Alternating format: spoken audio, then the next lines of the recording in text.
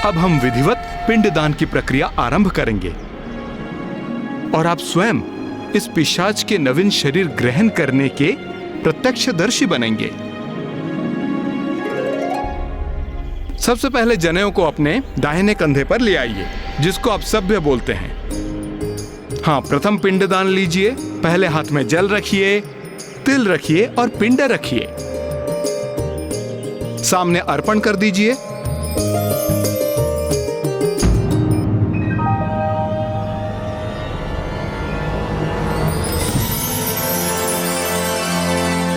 मेरा शीश।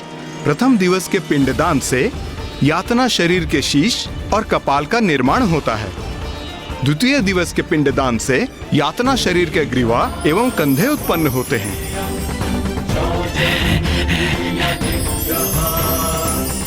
तृतीय दिवस के पिंडदान से उनके हृदय की रचना होती है।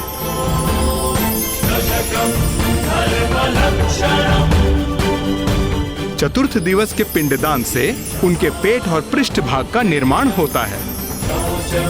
पंचम दिवस के श्राद्ध से नाभि का निर्माण होता है। छठम दिवस के पिंडदान से कटी प्रदेश का निर्माण होता है। सप्तम दिवस के पिंडदान से गुई भाग का निर्माण होता है। अष्टम दिवस के पिंडदान से उरु का निर्माण होता है। नवम दिवस के श्राद्ध से तालू और पांव का निर्माण होता है।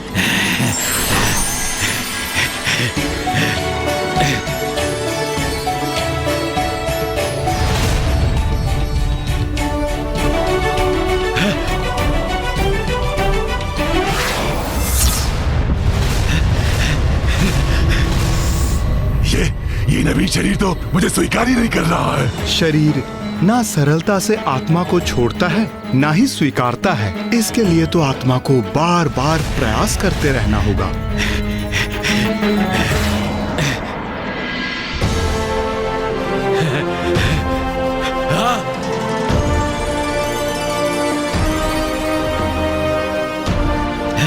ब्राह्मण देवता, इनका तो संपूर्ण शरीर ही प्रस्तुत हो गया। तो फिर दशम दिन के पिंडदान से क्या होगा?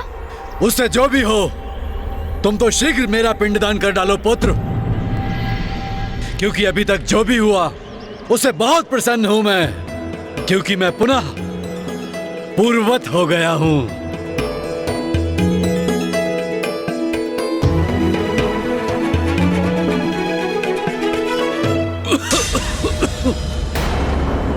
दसम दिवस के पिंडदान से उस शरीर की पूर्णता, क्षुधा और प्यास की उत्पत्ति होती है। मैं भूखा हूँ। मैं प्यासा हूँ। मुझे भोजन चाहिए। मुझे जल दो। मेरा कंठ प्यास से झुलस रहा है। मृत व्यक्ति की आत्मा को जल की बहुत प्यास होती है। पिताश्री, चिंता की कोई बात नहीं वत्स सुबोध। 10वें दिवस के पश्चात 11वें और 12वें दिवस पिशाच भोजन ग्रहण करता है और वो भोजन आपके द्वारा दिया जाने वाला पिंड है। इसलिए आप पिंडदान कीजिए।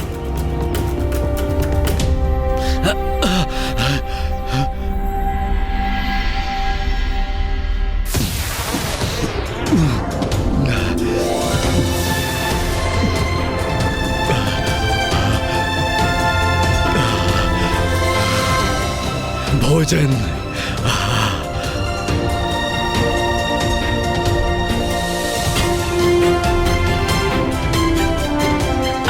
प्यास।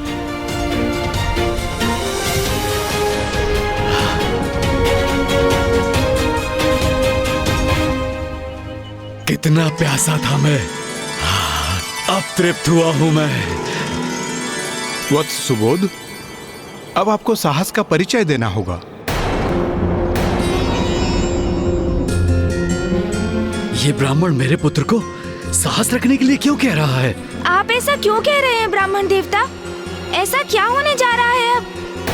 वत्स सुबोध, अपने पिता को आप अंतिम बार देखने जा रहे हैं और इसके उपरांत उसकी यातना की उच्च लोकों की यात्रा प्रारंभ होगी, जो तुम्हारे पिता के लिए अत्यंत कठिन अनुभव होगा और जिसका साक्षी बनना आपको भी कष्टदायक होगा।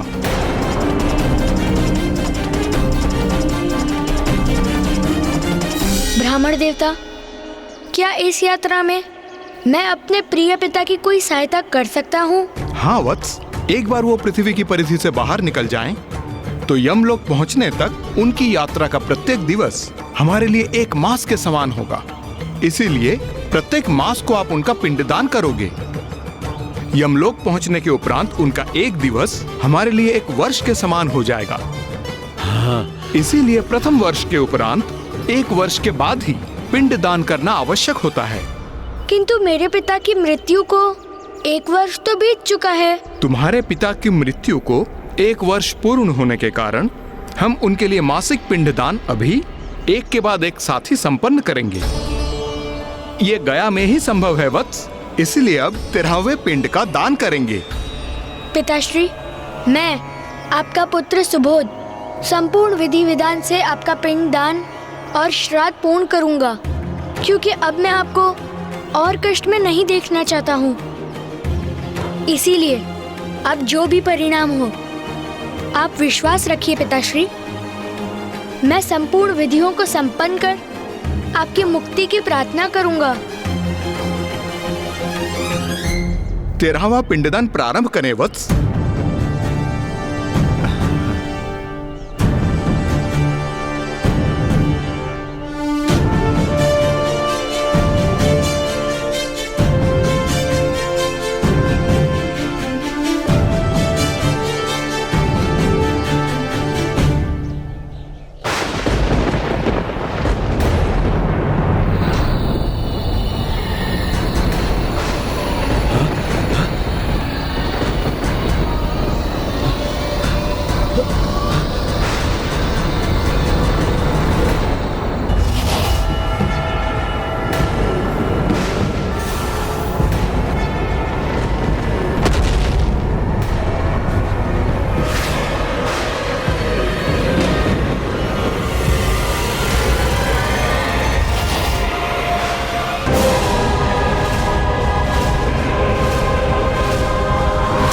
तेरहवें पिंडदान के साथ आत्मा को यमदूत बंदी बनाकर ले जाने के लिए आते हैं।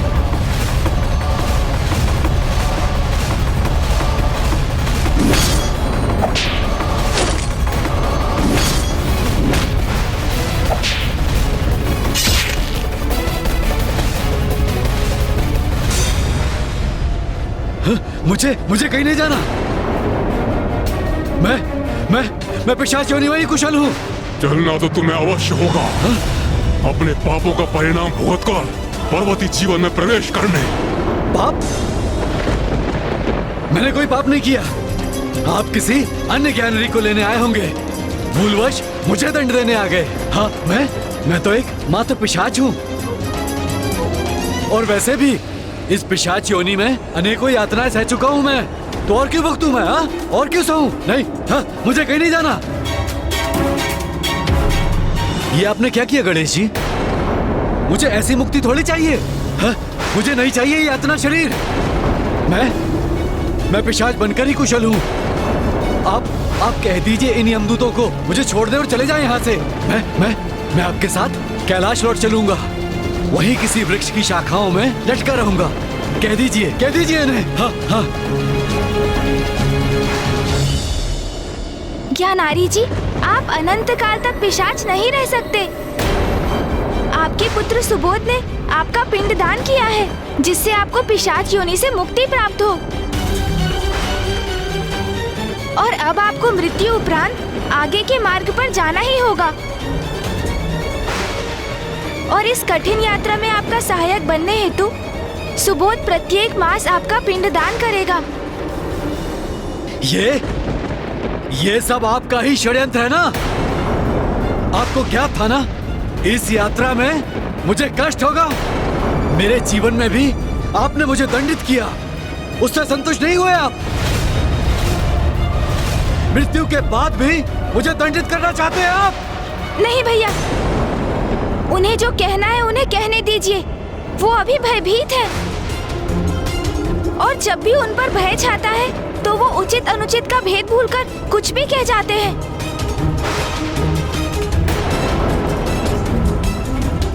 ज्ञानारी, मेरे अनुज गणेश ने मुझे शांत होने के लिए कहा है, किंतु फिर भी मैं ये बात अवश्य कहूंगा। तुम बड़े ही कृतज्ञ हो। पूर्व में तुम हमें ये कहकर सताते रहे कि तुम्हें मुक्ति प्राप्त नहीं हुई है, मुझे मुक्ति दिलवा। और अब जब हम तुम्हें मुक्ति दिलवाने के लिए तुम्हारा पिंड दान करवाने यहां लेकर आए, तो तुम कह रहे हो कि तुम्हें मुक्ति नहीं चाहिए और अपने कष्टों का दोष हम पर मढ़ रहे हो। अरे ऐसी कष्टप्रद मुक्ति किसे चाहिए?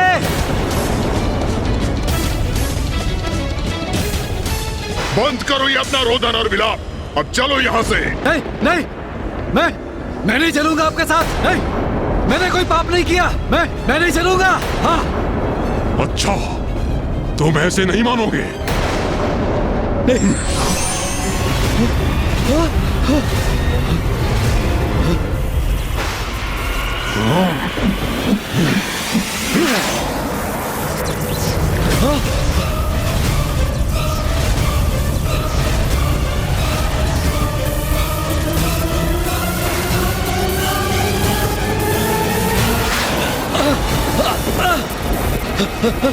नहीं पुत्र सुबोध, पूजा के स्थान से उठने पर पूजा अधूरी मानी जाती है, इसीलिए तुम्हें ही नहीं,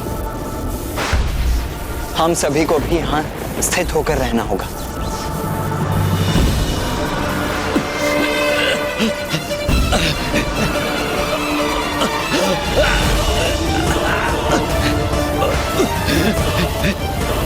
मुझे जाने दो मुझे। कोई पाप नहीं किया, कुछ नहीं किया मैंने कुछ नहीं किया। छोड़ो मुझे। असत्य कहना भी पाप होता है और अब तुम वही पाप कर रहे हो।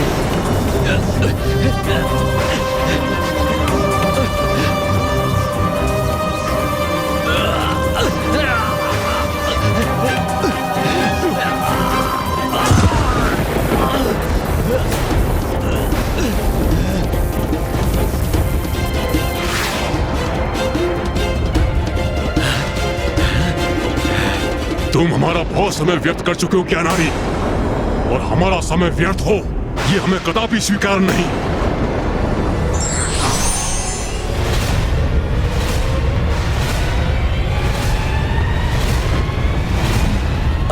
अरे ये क्या कर रहे हो तुम?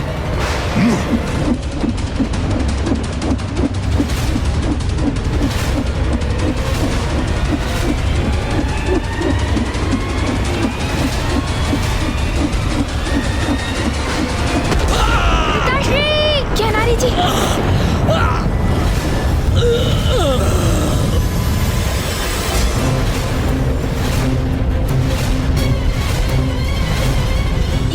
ये क्या किया आपने ज्ञानारी जी के यातना शरीर को ही चीर दिया, उनका अंत कर दिया आपने।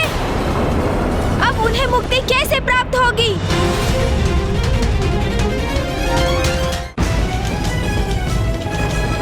ये कैसा अनर्थ हो गया यहाँ? हम ज्ञानारी जी के पिशाच को उनके पिशाच योनि से मुक्ति दिलाने लाए थे यहाँ। उनका पिंडदान संपन्न होने से वो प्राप्त भी हुई उन्हें और उन्होंने यातना शरीर धारण किया, किंतु तभी आप दोनों ने उनका वध कर दिया। प्रणाम प्रथम पूज्य गणेश जी। यहाँ जो भी हुआ वही होने का विधान है, हमने कुछ भी अनुचित नहीं किया।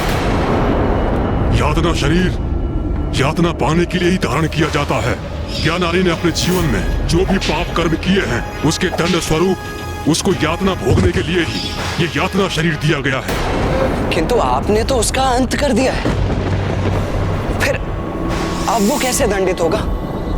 प्रणाम देव सेनापति कुमार कार्तिकेय। मृत्यु की असहनीय यातना अनेकों बार सहेगा ये। इस भयंकर यंत्रणा के बाद पुनः और यंत्रणा देने के लिए इसे बार बार पुनर्जीवित करेंगे। किंतु इनके यातना शरीर को इस प्रकार जीवन मरण के चक्र में क्यों डालेंगे आप? दुरात्मा है ये, अपने जीवन में अनेकों पाप किए हैं इसने। ऐसे पापियों के पाप कर्म का यही परिणाम होता है। बार बार मृत्यु का कष्ट भोगेगा ये। जब तक अपने पापों का समुचित दंड नहीं प्राप्त कर लेता तब तक ऐसे ही अपने पापों का दंड भोगता रहेगा। ऐसी भयंकर यंत्रणा देकर इसे यमलोक लेके जाएंगे हम। इसका कण कण हाहाकार कर उठेगा।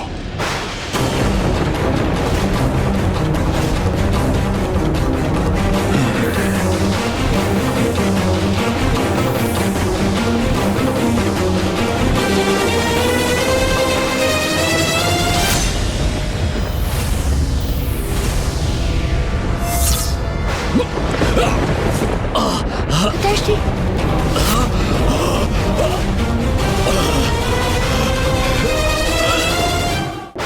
अपार पीड़ा का अनुभव हो रहा है मुझे।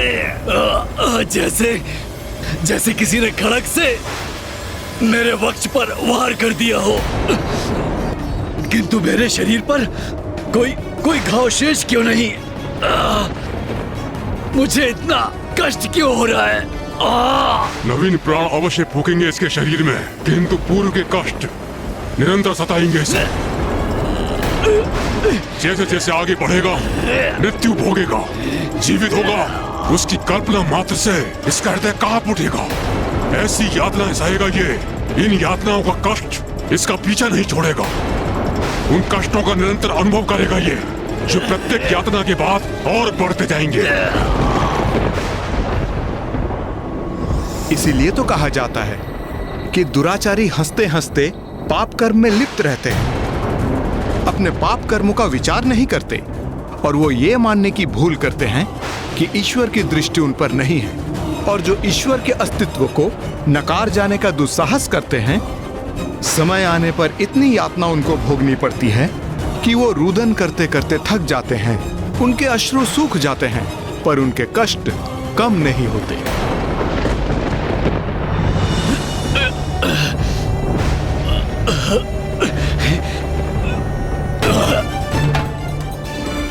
ऋषिवर, मैं तो पूर्व से ही प्यास से तड़प रहा हूं, तो अब रुदन करने के लिए अश्रु कहां से लाऊंगा?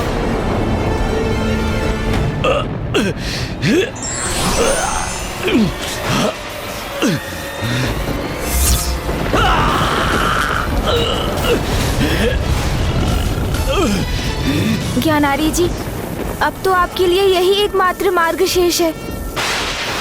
इसलिए संघर्ष कर इस प्रक्रिया में बाधा उत्पन्न करने का प्रयास मत कीजिए। दुर्भाग्यवश जो पाप आपने किए हैं, उनका परिणाम भुगतना तो आपके लिए अनिवार्य है ज्ञानारी जी। अब चलो हमारे साथ। जितना विश्राम प्राप्त होना था हो चुका। आगे का मार्ग अत्यंत ही कठोर है।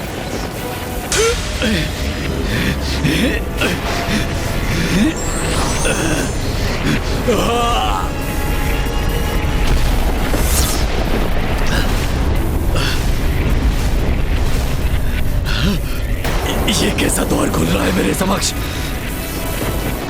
चलो आगे बढ़ो।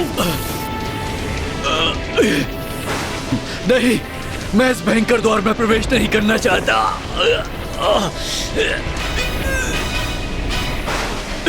गणेश जी,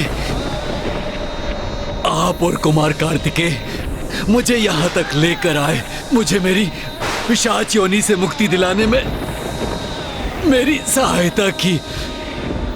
अब एक और याचना है मेरी। आप अपनी दिव्य दृष्टि से मेरे गंतव्य लोक तक, जो अवश्य नरक ही होगा, मेरे इस आगामी यात्रा में प्रत्यक्षदर्शी बने, जिससे आपके माध्यम से संसार भी मेरी इस दुर्गम यात्रा का साक्षी बन सके। मेरे इस उदाहरण से सीख पाकर अन्य जीव पापों से दूर रहने के लिए प्रेरित हो। और प्रभु, मेरे पुत्र को इस यात्रा का विवरण दीजिएगा। मैं अपने जीवन में उसे कुछ उचित सिखा नहीं सका, किंतु कदाचित मेरी मृत्यु के पश्चात तो उसे कुछ सिखाने में समर्थ होऊंगा। प्रभु, मैं अपने संपूर्ण जीवन में आपको भला बुरा कहता रहा, आपको क्षति पहुंचाने का प्रयास करता रहा, किंतु आपने मुझे इस पिशाच योनि से मुक्त कराकर मुझ पर उपकार किया। आप अत्यंत दयालु हैं प्रभु, सभी देवताओं से भिन्न हैं, इसीलिए तो आप अग्रणी हैं, प्रथम पूजनीय है प्रभु, प्रथम पूजनीय। मैं आपकी पीड़ा समझ सकता हूँ, इसलिए जो हुआ सो हुआ। अब आप दंड सहकर अपने पापों का प्रायश्चित कीजिए और स्मरण रखिए, निराशा के गहन अंधकार का अंत आशा की प्रकाश की किरण से अवश्य होता है।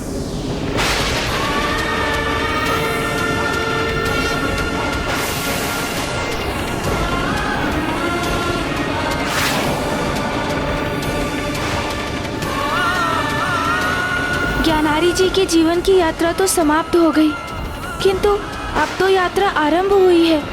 उसे पूर्ण कर यमलोक तक पहुंचना ज्ञानारी जी की आत्मा के लिए बहुत बड़ी चुनौती है।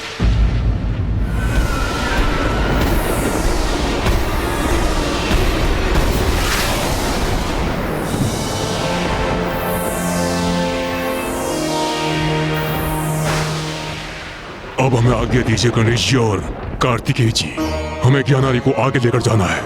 किंतु आप दोनों इन्हें कहाँ लेकर जाएंगे? पृथ्वी लोक से यमलोक के इस दीर्घ पथ को महापथ कहते हैं गणेश जी।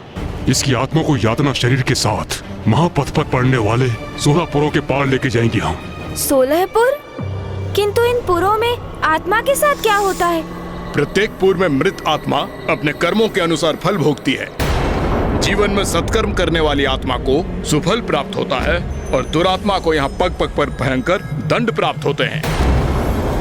ऐसे कष्ट जिनमें से एक को भी भोगने पर आत्मा चित्कार कर उठती है।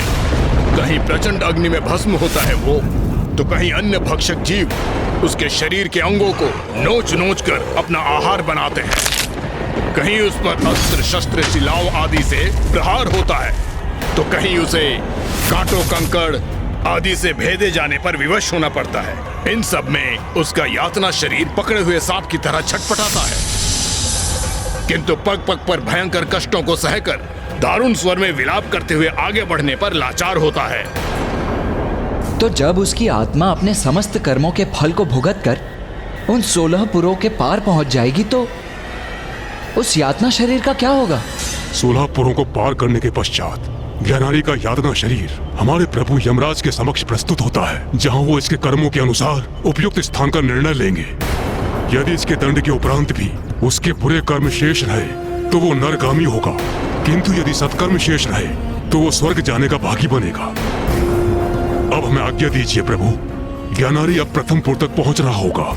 16 पुरों की जो इसकी कठिन और दीर्घ यात्रा जो आरंभ हो रही है, वो पूर्ण होगी 384 दिवसों में।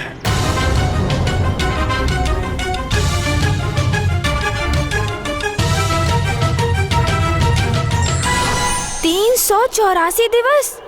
इतनी दीर्घ यात्रा? किंतु मैंने तो माँ को वचन दिया था कि मैं शीघ्र अतिशीघ्र लौटूंगा। भैया, आपको तो ज्ञात ही है।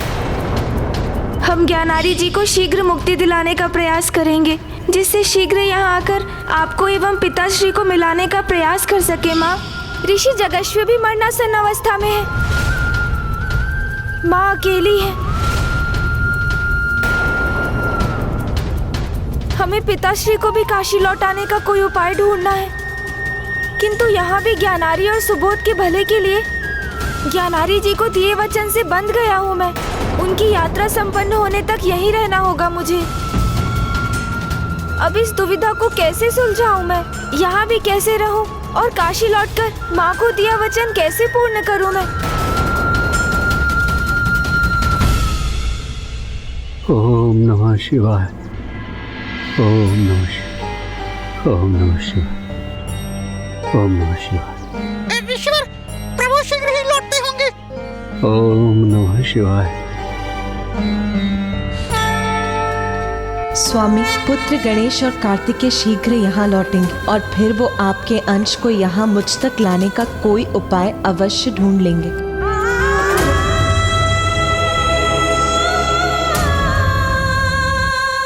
प्रभु गणेश जी, क्या आप मेरे पिताश्री को देख पा रहे हैं? तो मुझे बताइए ना, कहाँ पहुंचे हैं वो? अवश्य सुबोध।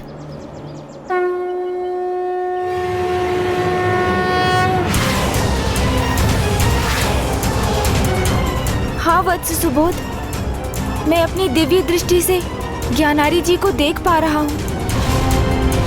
वो एक अनंत अंधकार की गहराई में गिरते चले जा रहे हैं। नहीं नहीं नहीं! क्या हुआ गणेश? अब क्या देखा तुमने?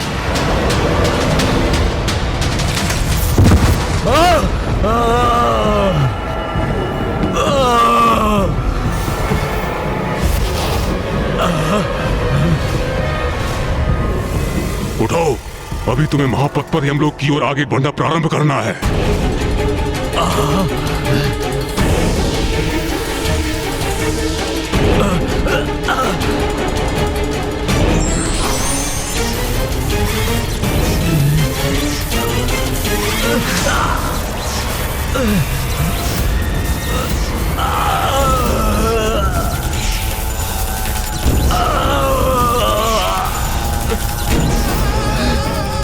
छोड़ दो मुझे, छोड़ दो, क्षमा करो मुझे, इतनी भीषण पीड़ा नहीं सह सकता मैं। छोड़ दो, दया करो मुझ पर, दया करो, छोड़ दो, हाँ छोड़ो, छोड़ दो मुझे, छोड़ो, छोड़ो। अब यमदूत ज्ञानारी जी को अपने पाश में बांधकर कांटों, बांबियों और कंकड़ से भरे मार्ग पर घसीटते हुए ले जा रहे हैं। पुत्र सुबोध, अब आपके पिता एक नदी के तट पर पहुंचेंगे।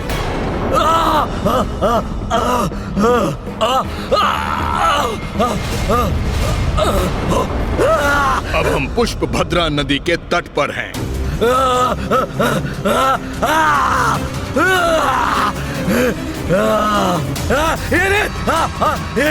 अग्नि की समान ताप है इसका।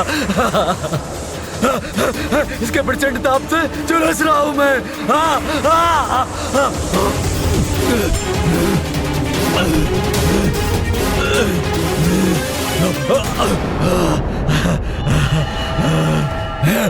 जल जल जल,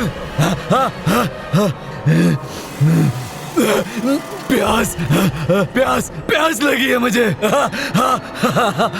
जल दे दो मुझे, बहुत बहुत प्यास लगी है। पुत्र, अब आपके पिता का यातना शरीर पुष्पभद्रा नदी के तट पर पहुंच चुका है, जहां आपके द्वारा दिया गया पिंडदान उनका भोजन बनेगा और तर्पण का जल प्राप्त होगा।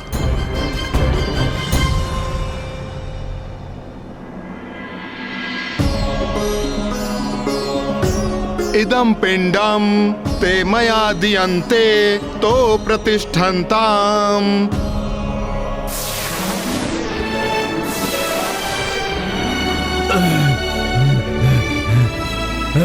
भूख भूख और प्यास तो मिट गई, किंतु किंतु किंतु मेरा कष्ट नहीं मिटा। मेरा संपूर्ण तन कष्ट में है। तो जैसे पुनः मृत्यु के मुख में प्रवेश कर रहा हूँ। अभी से इतना विलाप कर रहे हो? अभी तो तुम्हारी यात्रा आरंभ भी नहीं हुई ज्ञानारी।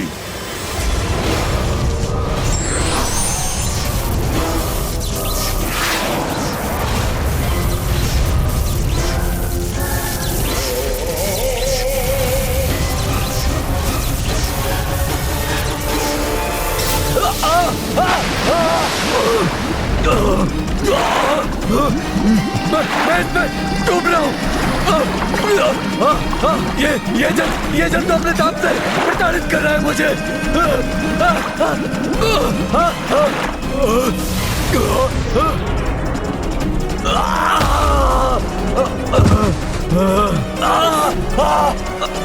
कष्ट तो बढ़ते जा रहे हैं।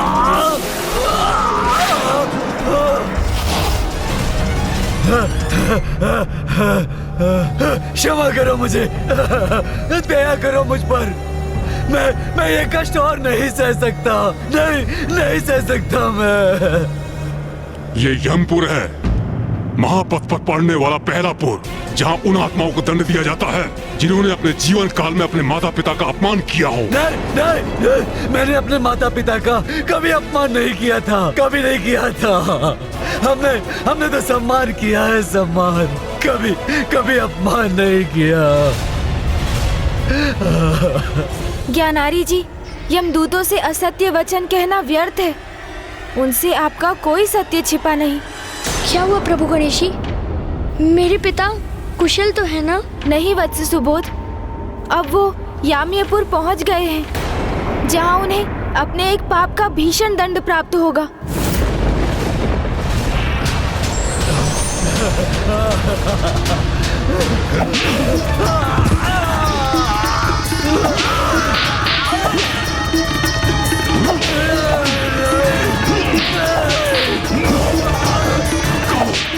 सत्य कहो, क्या तुमने कभी अपने माता पिता का अपमान किया था?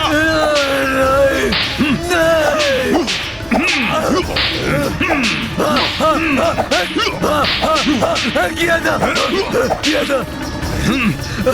बहुत बुरा पुत्र था मैं। जब बाल्यावस्था में था, अपने पिता का अपमान और तिरस्कार करने का अपराध किया था मैंने। मुझसे भूल हो गई, मुझे क्षमा करो मुझे। और कोई अपराध और कोई पाप नहीं किया मैंने। तो क्या आप दोनों मुझे यमराज के समक्ष प्रस्तुत करेंगे?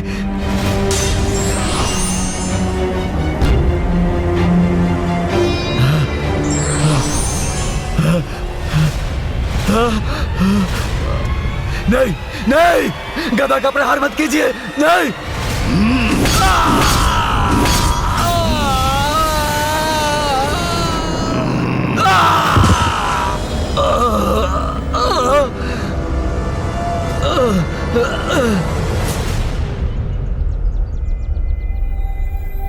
गणेश, अब क्या अपनी दिव्य दृष्टि से तुम कुछ देख पा रहे हो? ज्ञात नहीं भैया, वहाँ क्या हो रहा है। वहाँ तो सर्वत्र अंधकार छाया है। मुझे कुछ दिखाई नहीं दे रहा है भैया वहाँ।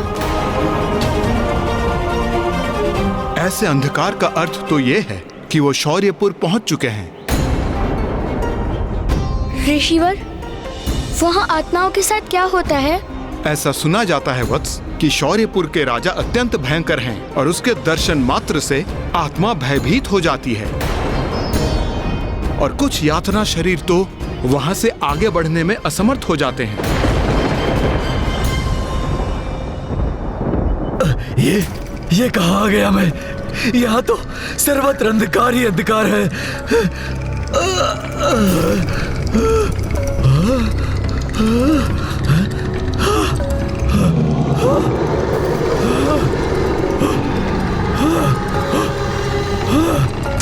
क्या नारी, क्या नारी, क्या तुमने अपनी मनुष्य योनि में कोई सत्कर्म कार्य किए थे?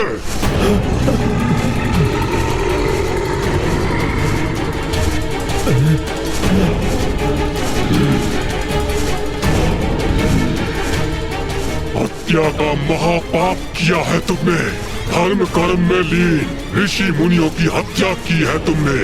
शौर्यपुरी में अब तुम्हारे इस महा अपराध का दंड प्राप्त होगा। तुम्हें तो अब मेरी भीषण अग्नि का प्रकोप सहना पड़ेगा।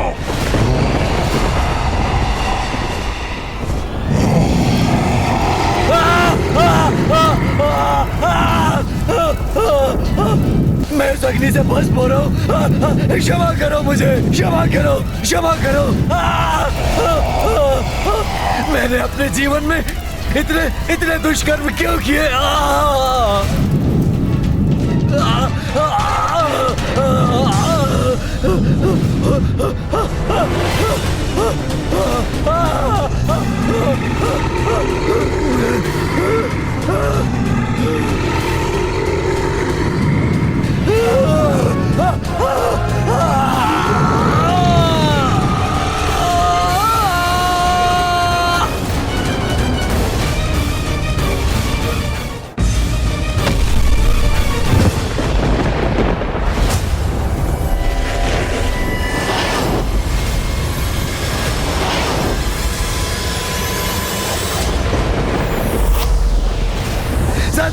सहायता सहायता, हाँ, मैं भस्म हो रहा हूँ, मैं भस्म हो रहा हूँ, इस अग्नि से भस्म हो रहा हूँ मैं। हाँ, हाँ, शांत करो इस अग्नि को। हाँ, हाँ, हाँ, अग्नि तो शांत हो गई, किंतु उसका कष्ट और पीड़ा अभी भी हो रही है मुझे। ऐसा प्रतीत हो रहा है जैसे इस अग्नि से तप रहा हूं मैं। जल जल जल जल जल दो मुझे बहुत बहुत प्यास लगी है। चार देवंग रागण गुणगण विशेषण इदम विशिष्टायम स्वपुण्यतिदो इदम पिंडम ते मया दियन्ते तो प्रतिष्ठन्ताम। चलो उठो, तुम्हारा विलाप सुनने का व्यर्थ समय नहीं है हमारे पास। अभी हमें आगे बढ़ना है, नागेंद्र भवन पहुंचना है। 2 क्षण का तो अवकाश दे दो मुझे, तनिक विश्राम करने दो। तुम जैसे पापियों के लिए कोई विश्राम नहीं है। चलो आगे बढ़ो, नहीं तो तुम पे वार करके आगे चलने पे विवश करेंगे।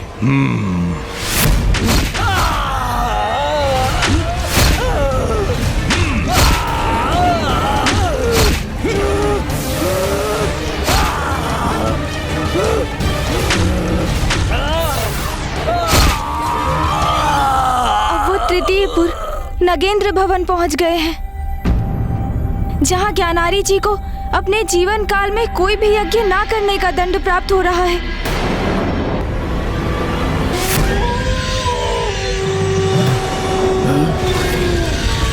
ये भेड़िए, ये कहाँ जाएंगे मुझे?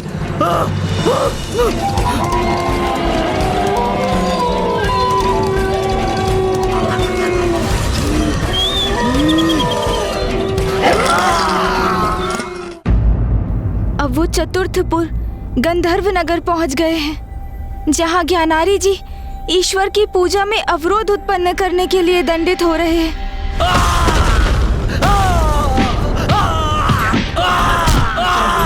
अब वो पंचमपुर शैलागमपुर में है, जहां ज्ञान कर्म और धर्म के मार्ग से भटकने का परिणाम भुगत रहे हैं ज्ञानारी जी। नहीं, हार मत कीजिए, नहीं नहीं नहीं।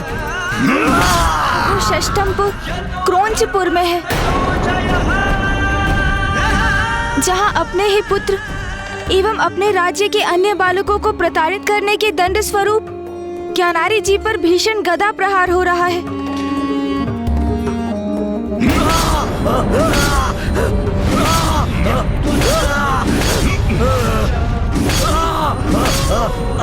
अब वो सप्तमपुर क्रूरपुर को पार कर 8वें पुर विचित्र भवन में है, जहां ज्ञानारी जी को तपते कोयले के अंगार पर स्थित होकर स्त्रियों के अपमान का दंड भोगना पड़ रहा है।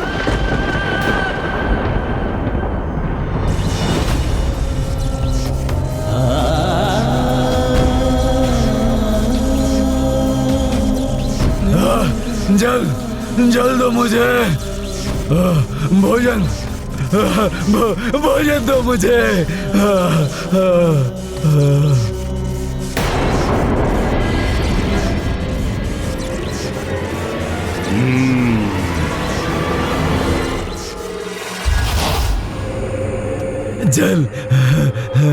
जल दो मुझे, भोजन दो मुझे, मुझे बहुत प्यास लगी है, जल दो मुझे। हम वैतरणी नदी के तट पर पहुंच चुके हैं।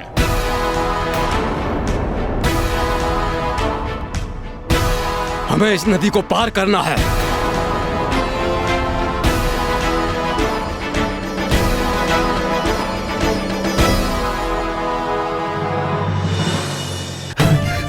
मेरे कष्टों में कुछ तो विराम होगा अब।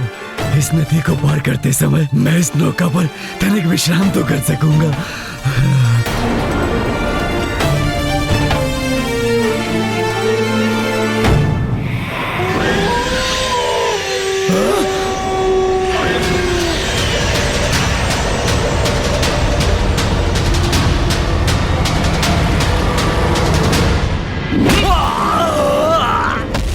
तुम इस नौका पर आरूढ़ नहीं कर सकते। उसके लिए तुम्हें अपने जीवन में कुछ पुण्य करने चाहिए थे। कहो, तुमने कभी कोई पुण्य किया था?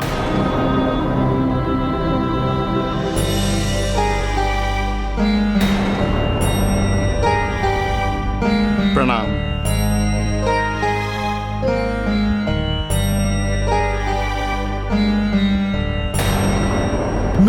मेरे साथ ऐसा अन्याय क्यों? हाँ? इस ब्राह्मण को नौका में लेकर जा रहे हो, मुझे क्यों नहीं? हाँ? वैतरणी नदी को सुगमता से वही पार कर सकते हैं जिन्होंने अपने जीवन में सत्कर्म किए हैं। मात्र वही नौका से वैतरणी को पार कर सकते हैं। ऐसी आत्मा को स्वयं गौ माता वैतरणी पार करने के लिए प्रकट होती हैं और उसका यातना शरीर उसी दिव्य गौ की पूंछ पकड़कर सुगमता से वैतरणी नदी के उस पार पहुंच जाता है।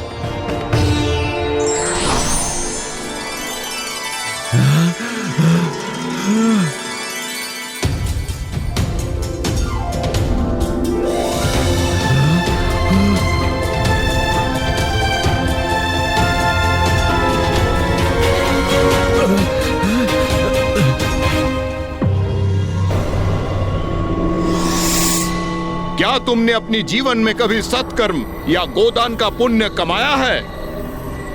नहीं। तब तुम्हें कोई अधिकार नहीं इस नौका पे आने का। मैं ये वैतरणी नदी कैसे पार करूंगा? मेरी यात्रा कैसे पूर्ण होगी?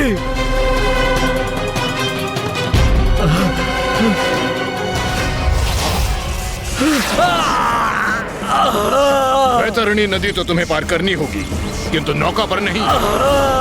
यह अच्छा संकेत नहीं है।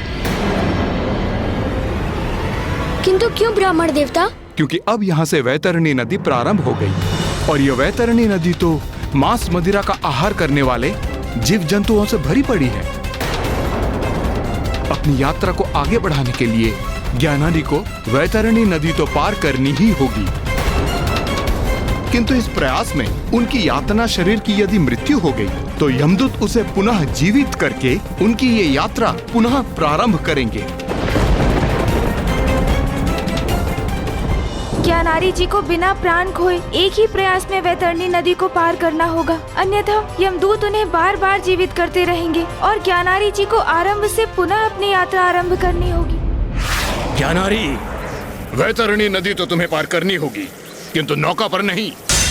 और यदि तुम्हारा यातना शरीर मध्य में ही निष्प्राण हो गया तो तुम में पुनः प्राण डाला जाएगा। ये जल नहीं, लहू प्रतीत हो रहा है।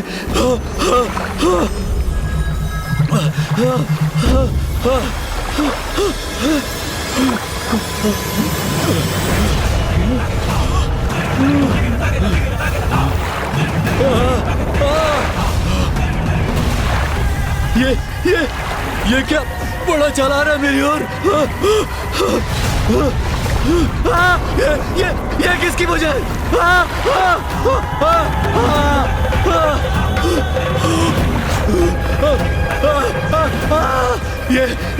ये कैसे भयंकर नदी है ये?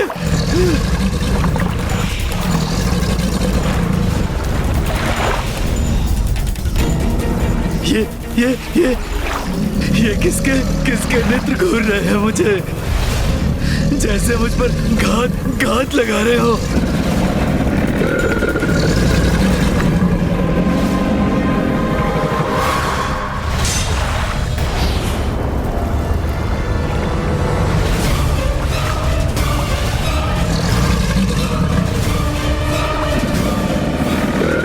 रक्षा करो, कोई तो रक्षा करो मेरी। वैतरणी सरलता से वही पार करता है जो अपने जीवन में सत्कर्मों के साथ गौदान भी करे। दुरात्माओं को तो यहाँ गौदान का भी कोई लाभ नहीं होता। उन्हें तो अपने पापों के भीषण दंड भुगतने ही पड़ते हैं यहाँ। इसलिए मनुष्य को अपने जीवन में धर्म से नहीं भटकना चाहिए।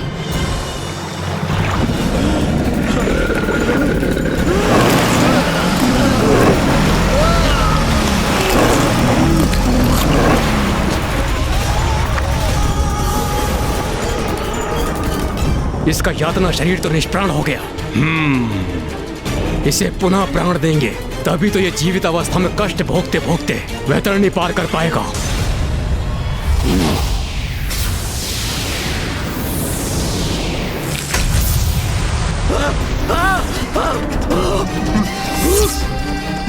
मुझे जीवित क्यों किया? मृत्यु चाहता हूँ मैं, और कष्ट नहीं सह सकता। ज्ञानारी, तुम्हें तो वैतरणी पार करनी होगी, जो तुम्हारा यातना शरीर जीवित अवस्था में ही कर सकता है। और स्मरण रहे, जितनी बार तुम्हारा यातना शरीर मृत अवस्था में जाएगा, उससे हम पुनः जीवित करेंगे। तुम्हें ये कठिन यात्रा पुनः आरंभ करनी होगी। नहीं नहीं नहीं।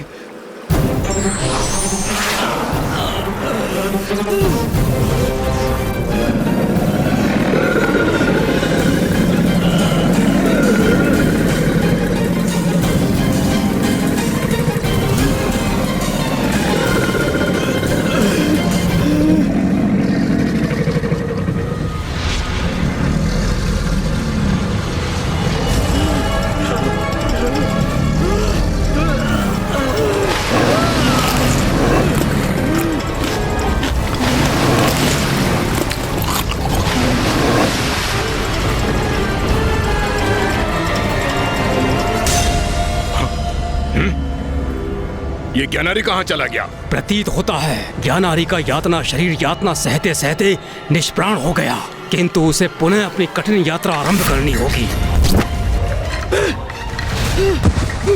मुझे और यातना मत दो, छोड़ दो मुझे, मुझसे मत करो ये कठिन यात्रा। तो अंततः इसने वैतरणी पार कर ही ली। अपने जीवन में मैंने अच्छे कर्म किए होते तो ऐसी दुर्दशा ना होती मेरी।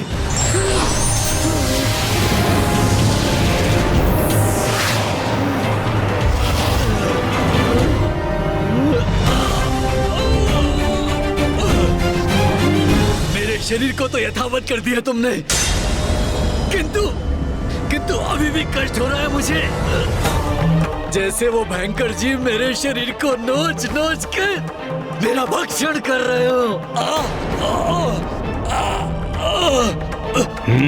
मुझे बहुत प्यास लगी है। जल दो मुझे, भूख लगी है मुझे, भोजन दो मुझे, भोजन दो। ब्राह्मण देवता, और कितनी यातना सहनी होगी मेरे पिताश्री को? उनकी ये यात्रा कब संपन्न होगी? वत्स सुबोध, तुमने तो अभी 8वें माह का ही पिंडदान किया है, और इस यात्रा की अवधि तो 1 वर्ष की होती है ना। अभी तो ज्ञानारी जी को यमलोक पहुंचने में 4 माह और लगेंगे। मुझे ऋषि जैगेश्वी की चिंता सता रही है। माँ को भी शीघ्र लौटकर पिताश्री को काशी लौटाने का वचन दिया है मैंने। ज्ञानारी और सुबोध के प्रति अपना दायित्व संपन्न होते ही मुझे वहाँ लौटना होगा।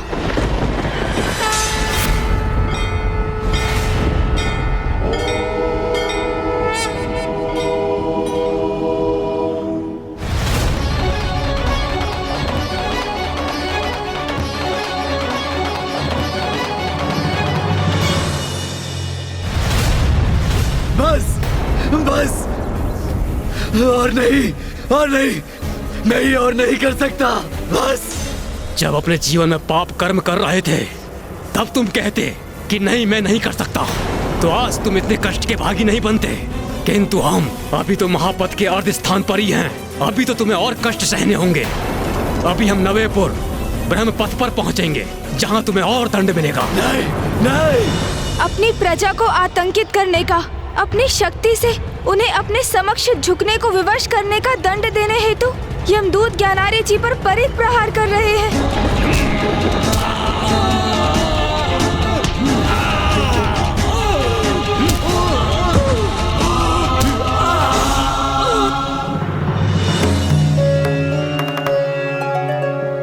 दसवेपुर अर्थात दुखदपुर अपने राज्य के वृद्ध जनों को अपना दास बनाकर उन्हें पीड़ित करने का दंड प्राप्त हो रहा है उसे। अब ज्ञानारी जी 11वें नानाक्रंदपुर में प्रवेश कर मदिरा पान कर निर्बलों पर अत्याचार करने के कारण वे यातना पा रहे हैं।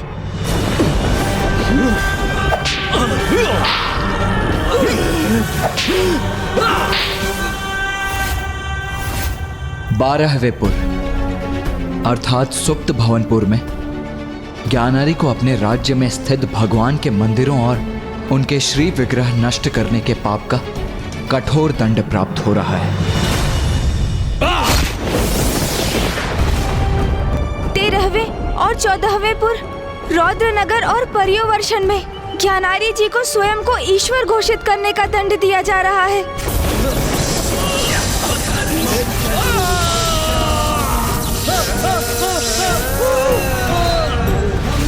और 15वें एवं 16वें पुर अर्थात शिटाढ्यपुर एवं बहुधर्म भीतिपुर में ज्ञानारी को प्रथम पूज्य गणेश का अपमान करने के महापाप का दंड प्राप्त हो रहा है।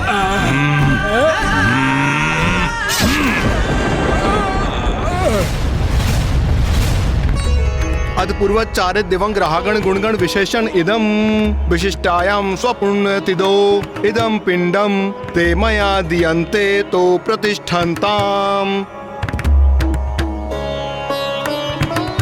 प्रभु गणेश जी, अब तो मेरे पिताश्री सभी 16 को पार कर चुके, तो अब तो उन्हें उनके कष्टों से छुटकारा प्राप्त होगा ना? तुम्हारी यात्रा आरंभ हुए 1 वर्ष की अवधि बीत चुकी है। देखो, वहाँ देखो ज्ञानारी।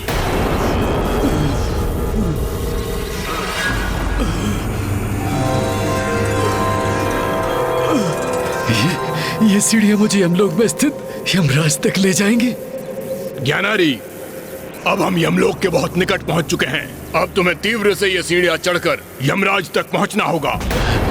किंतु यदि तुमने ये सीढ़ियां चढ़ते हुए अपना संतुलन खोया तो तुम नीचे गिर जाओगे और तुम्हें पुनः ये सीढ़ियां चढ़नी पड़ेगी।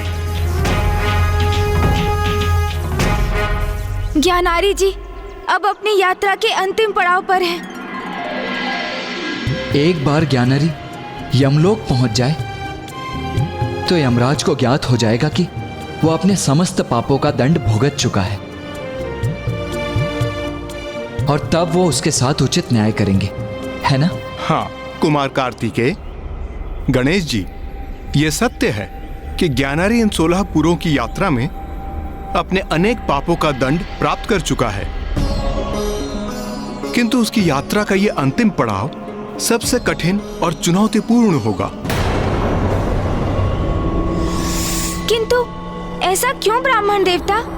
यमलोक की सीढ़ियों पर ज्ञानारी की सबसे कठिन परीक्षा होगी कि ये जो प्रायश्चित कर रहा है वो वास्तव में कर रहा है या कष्टों को कम करने के लिए दिखावा मात्र कर रहा है। यदि उसका प्रायश्चित सत्य है तो सीढ़ियां चढ़कर आगे बढ़ सकेगा, अन्यथा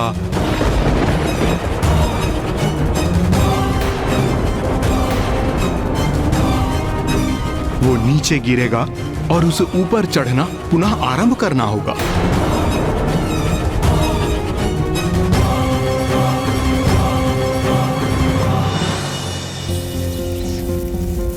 इतनी यातना सहने के पश्चात सीढ़ियां चढ़ना सरल प्रतीत हो रहा है।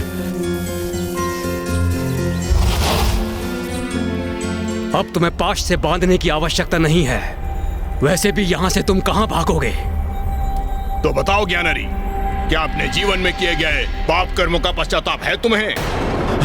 हाँ है, पश्चाताप भी है, ग्लानि भी है अपने अपने सभी पापों को लेकर। अब मैं ऊपर चढ़ूं?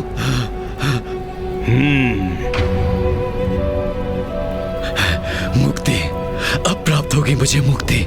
इन सीढ़ियों को पार करते ही मैं इन सभी कष्टों से मुक्त हो जाऊंगा।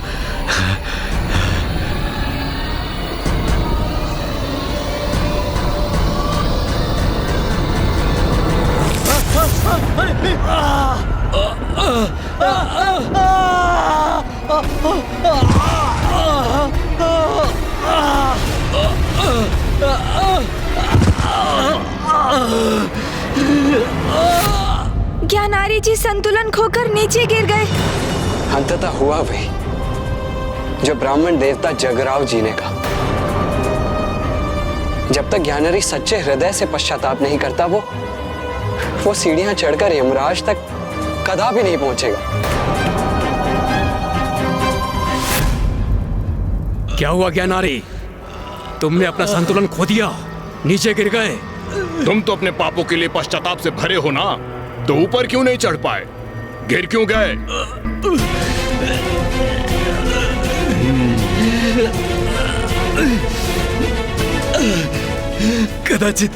कदाचित मैं बहुत तीव्र गति से ऊपर चढ़ने का प्रयास कर रहा था। इस बार संभल कर धीमी गति से ऊपर चढ़ूंगा।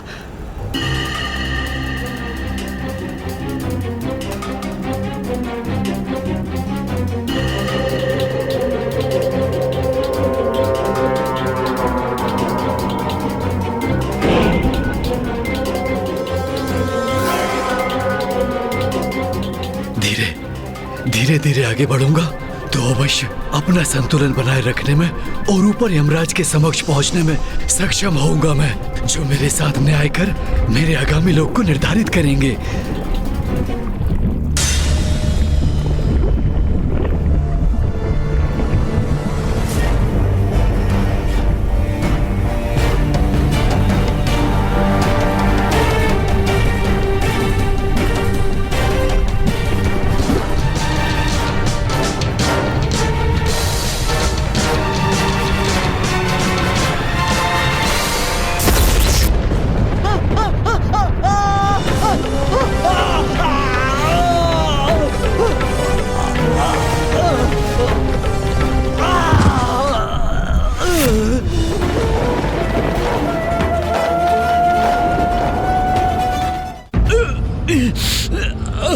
अरे तुम तो फिर गिर गए। ज्ञानारी सत्य कहो, तुम वास्तव में पश्चाताप का अनुभव कर रहे हो ना?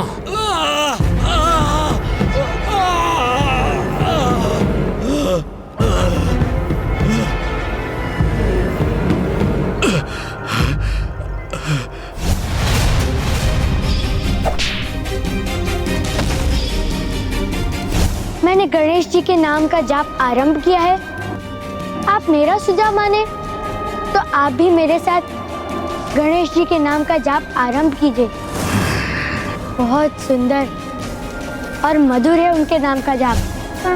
ओम गण गणपते नमः।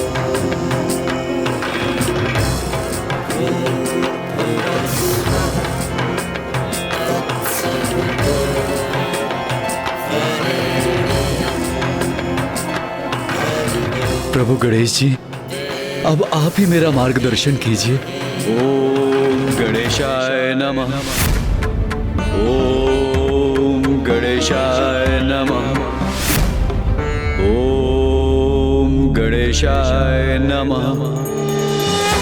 उस गणेश से अपने पिता का प्रतिशोध लूंगा। फेंको इस मूर्ति को, अन्यथा मैं स्वयं उठाकर इसे फेंक दूंगा। मैं त्रिलोक विजेता, मैं ही सत्य हूँ, मैं ही ईश्वर, मैं ही सत्य हूँ, मैं ही ईश्वर। फेंको इस मूर्ति को। गणेश का तो मैं वध करूंगा ही, मैं ही सत्य हूँ, मैं ही ईश्वर।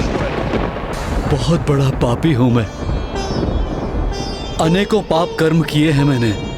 मैं तो भयंकर दंड का भागी होने योग्य हूं।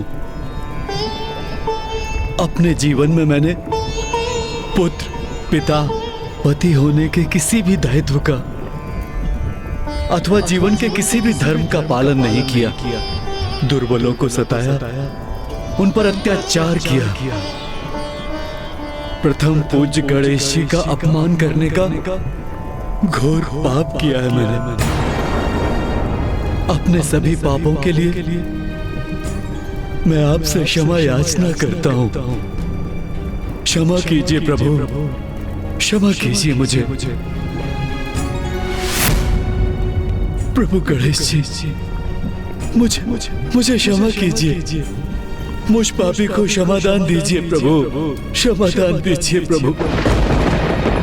ज्ञानारी,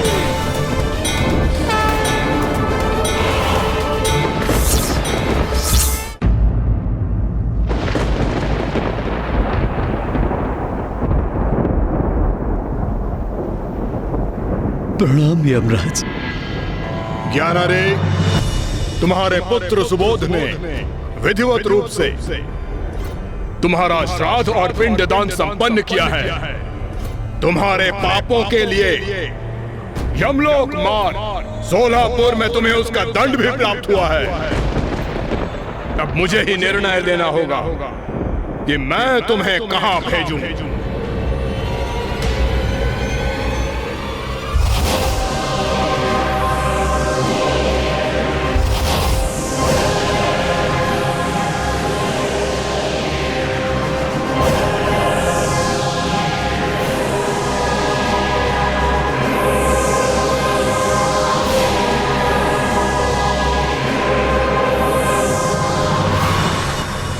तुमने अन्य पापों के साथ स्वयं को ईश्वर घोषित करने का महापाप किया है।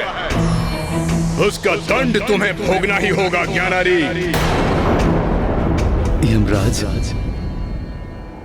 आज तक मैं अपनी मुक्ति के पीछे भागता रहा, किंतु मैं उसके योग्य नहीं हूं। मेरे पाप तो अक्षम्य हैं। उचित कह रहे हो तुम। तुम्हारे पापों के दंड स्वरूप तुम्हें नरक ही भेजना होगा।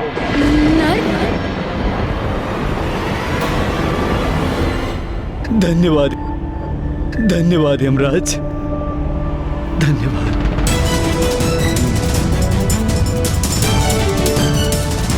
आश्चर्य है, धन्यवाद कर रहे हो तुम मेरा। तुम प्रथम आत्मा हो जिसे नर्क भेजने के बाद भी वो मुस्कुरा रहा है। यमराज, इस यात्रा में मैंने स्वयं को जाना। मेरे लिए अपनी बुराई से आत्मसात होने की पीड़ा तो भारी आत्माओं से कहीं अधिक थी। किंतु जब मैं यमलोक की सीढ़ियां चढ़ने लगा तो पुत्र सुबोध द्वारा गणेश की महानता का वर्णन स्मरण हुआ। और तब मैंने गणेश जी का ध्यान किया और अब प्रथम बार मुझे सत्य में आंतरिक शांति का अनुभव हुआ। अब मैं समझ चुका हूं, मेरी मुक्ति तो गणेश जी की भक्ति में ही है। वही मेरा मोक्ष है। इसलिए मैं आपका आभारी हूं कि आप मुझे नरक भेज रहे हैं, क्योंकि कष्ट और वेदना का अनुभव किए बिना मैं प्रथम पूज्य गणेश जी की शरण में नहीं आता। और अब नरक की यातना को भोगते हुए मैं अनंत काल तक गणेश जी का नाम ही जपता रहूंगा। प्रभु गणेश जी, अब मैं समझा मेरे पिताश्री नर्क जाने में इतने प्रसन्न क्यों हैं। क्योंकि उन्हें अब जितना कष्ट होगा वो उतना ही आपकी भक्ति में लीन होते जाएंगे। अंततः मेरे पिता को आपकी भक्ति के आनंद का आभास हो ही गया।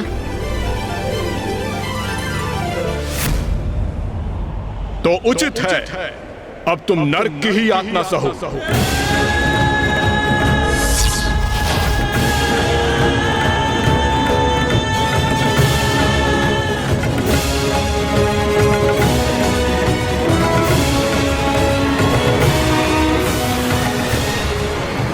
रुक जाओ ज्ञानारी, रुक जाओ ज्ञानारी, रुक जाओ।